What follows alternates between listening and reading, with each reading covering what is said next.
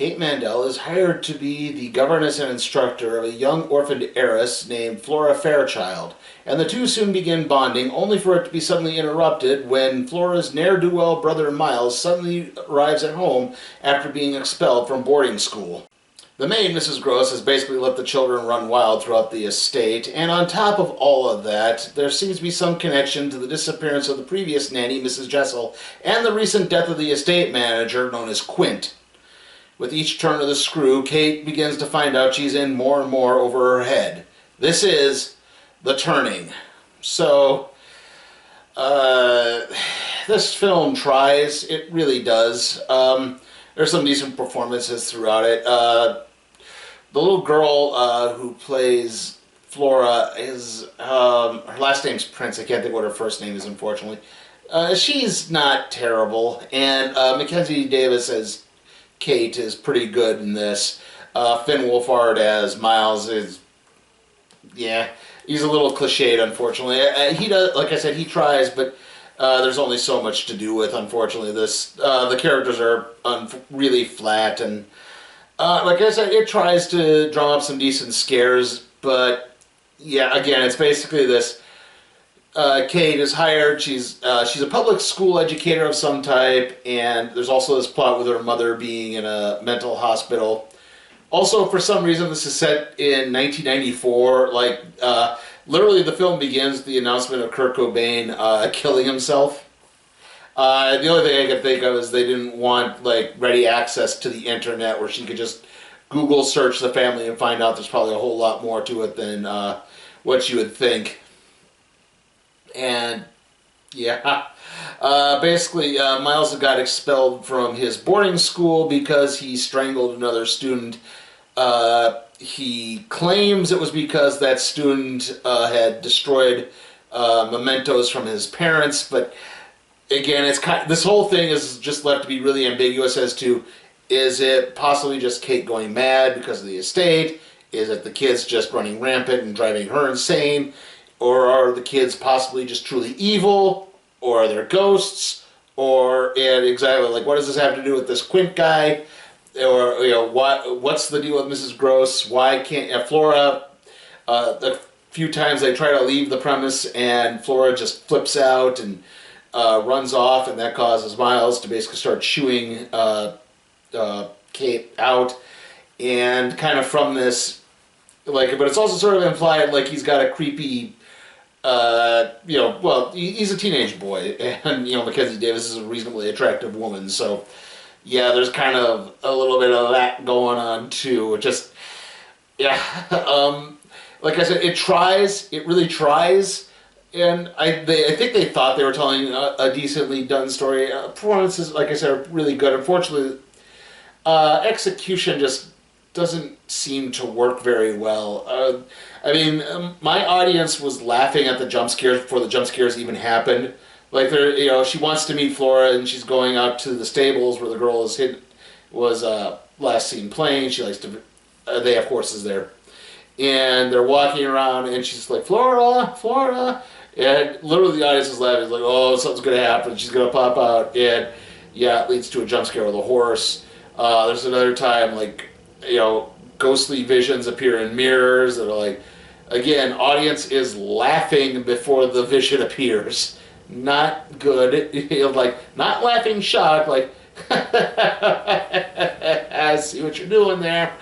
Oh, that, like I said, it's not really helpful. Yeah, there's some decent atmosphere, but again, it's not really properly utilized.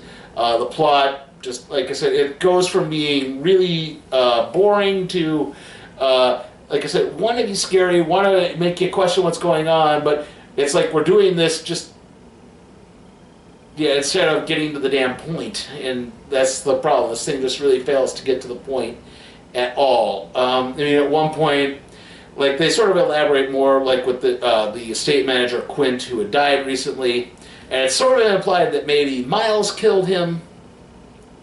And it is kind of also discovered that Quint had a creepy obsession with the previous nanny, Ms. Jessel, and he had photographed her while she was sleeping, and It's also implied that he might have, again, whipped her.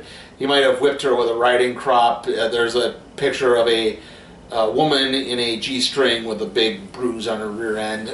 I guess it's meant to be Jessel. I don't know.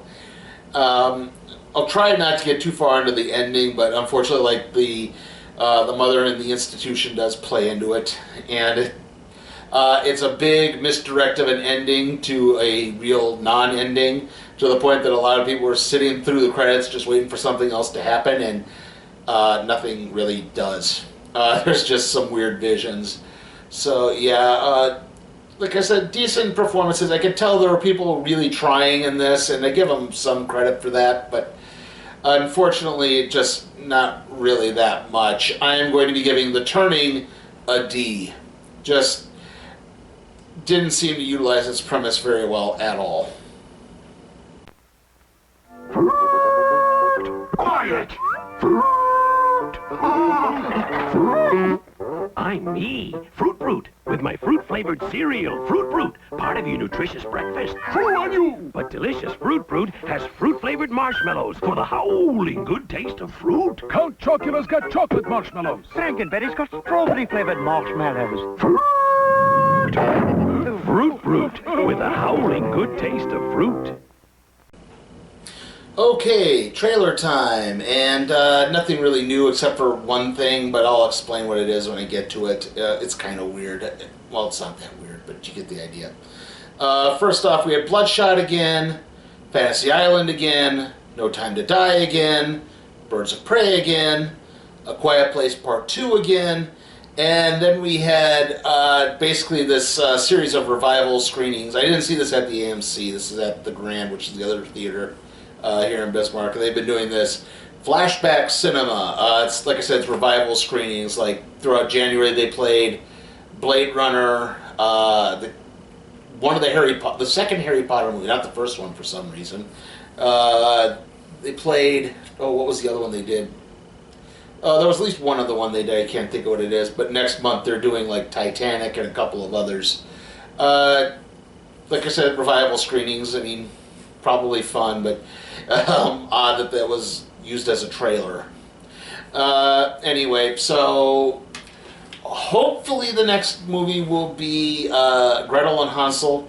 I think that's playing at the AMC. They have a big stand-up cardboard display thing for it, so you would think that would be the case. They've been proven wrong before. Like I said, the next one, so yeah, Gretel and Hansel is the next one. After that, it's Birds of Prey. In terms of movie reviews, obviously the next video is probably going to be the random trade review on Aquaman Time and Tide. Then it'll be NXT Worlds Collide, and then the Royal Rumble recap and review. Let's see. Can't think of anything else to say. See you all next time.